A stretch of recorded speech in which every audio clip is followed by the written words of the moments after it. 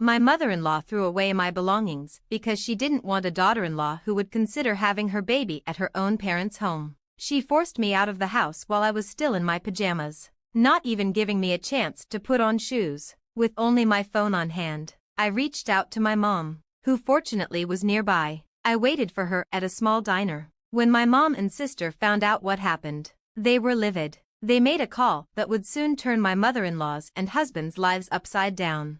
My name is Katie, and I'm 28 years old. I'm married to Sam, who is 30. Sam's father owns a large corporation, and Sam is being prepared to step into the CEO role. Currently, he's gaining experience at one of their smaller firms. I met Sam at work, but I didn't learn about his family's business until shortly before our wedding. He only told me he was in line to be the CEO a little while before we married. I was astonished. He had always seemed grounded and well-liked. But once he explained everything, it clicked. Just like that, I was married to a future CEO.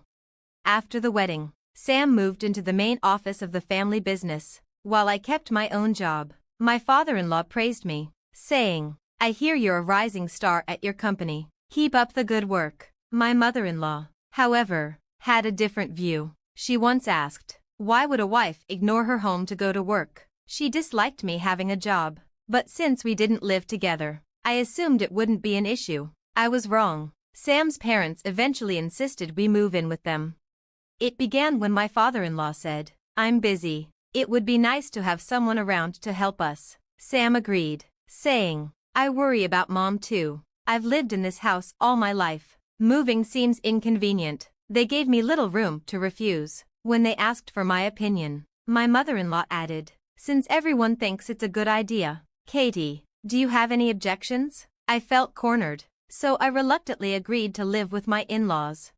Once we moved in, my mother-in-law began pressuring me to quit my job, making my life difficult by piling household chores on me despite my work commitments. If anything wasn't done to her standards, she'd make me redo it. At first, she complained about minor things like a tiny speck of dust or a stray hair. I tried to improve based on her feedback. Then she began checking obscure places, behind the TV, between furniture, for dust, places not typically cleaned every day. These were beyond typical cleaning, so I finally spoke up. "I can't clean these spots every day. I work as much as Sam does. I'll do a deep clean on weekends instead, okay?" My mother-in-law was furious and snapped, "How dare you talk back? In my day, daughters-in-law wouldn't behave like this." She called Sam, saying, "Sam," Katie yelled at me. I was just pointing out a few missed spots out of kindness. She even put on fake tears. I hoped Sam would understand and support me. Maybe say, "Mom, Katie works too. Could you ease up on her?" But he didn't. "Why are you treating Mom this way? She's just trying to help," he scolded. In the end, he sided with her.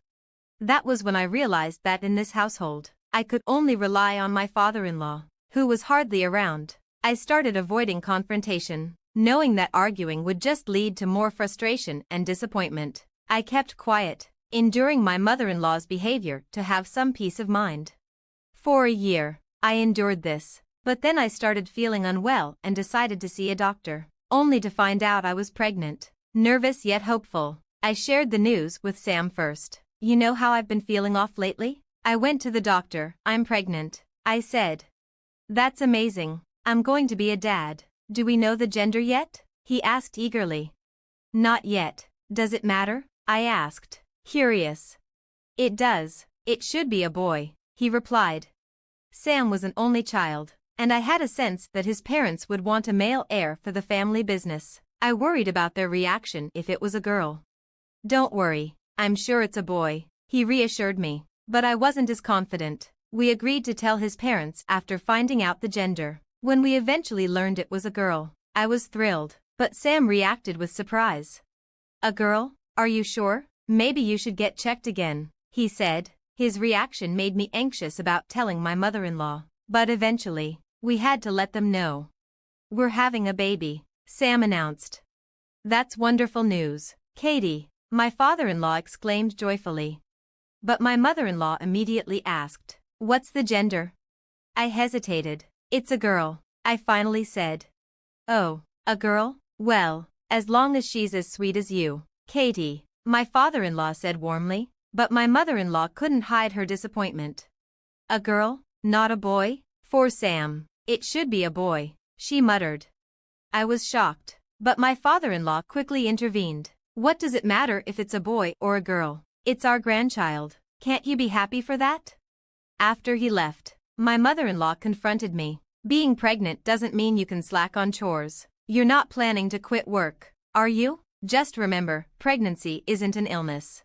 Hearing another woman dismiss pregnancy this way stunned me. I wondered if staying here to give birth was wise. My parents lived 3 hours away by train. My dad had passed away, so it was just my mom and sister. Maybe they would welcome me if I explained the situation. I began to feel that my own family's home might be a safer place to have my child.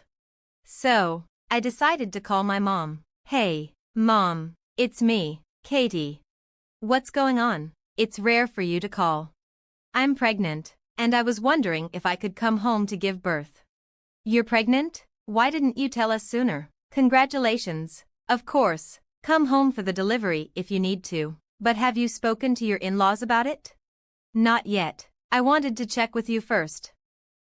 I didn't mind leaving at all. My mom suggested discussing the decision with my in-laws. For my baby's well-being, I decided to go home for the delivery. When I mentioned it to my husband, he casually replied, "Going back for the birth? Sure, no problem. My mom's here, so everything will be fine." He agreed without hesitation.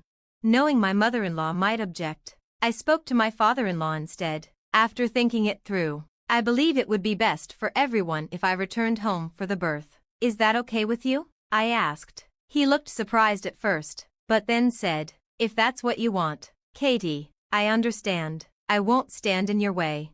"Would you mind discussing it with my mother-in-law?" I asked. He replied, "Sure, I'll let her know." Seeming to accept my request, with his support, I was allowed to go home without issue.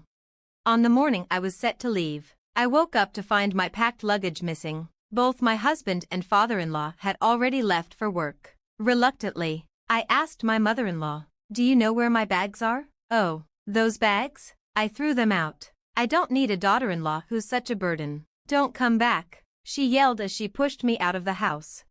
I hadn't even put on my shoes. I had only my phone, standing there nearly in pajamas. With a loud click, the door locked behind me. It was clear my mother-in-law was serious. She wanted me gone. I felt like if I stayed, that door would never open for me again. So, I started walking, but it was the peak of summer, and being barefoot outside was excruciating.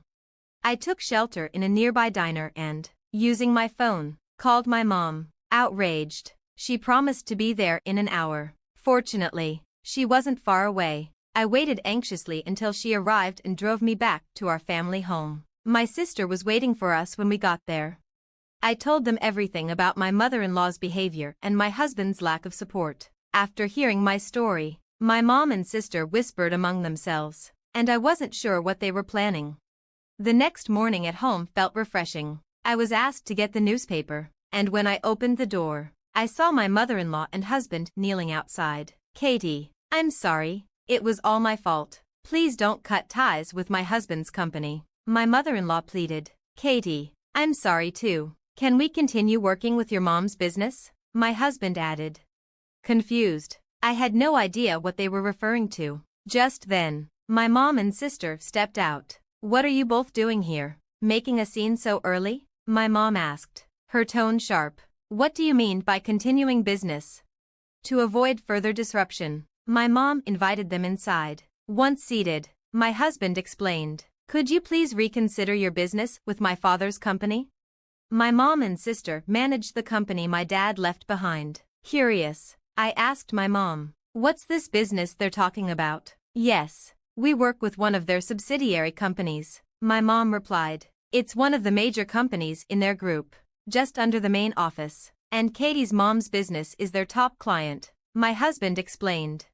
I was completely unaware of this. My husband must have assumed I knew, but this was news to me too. LOL.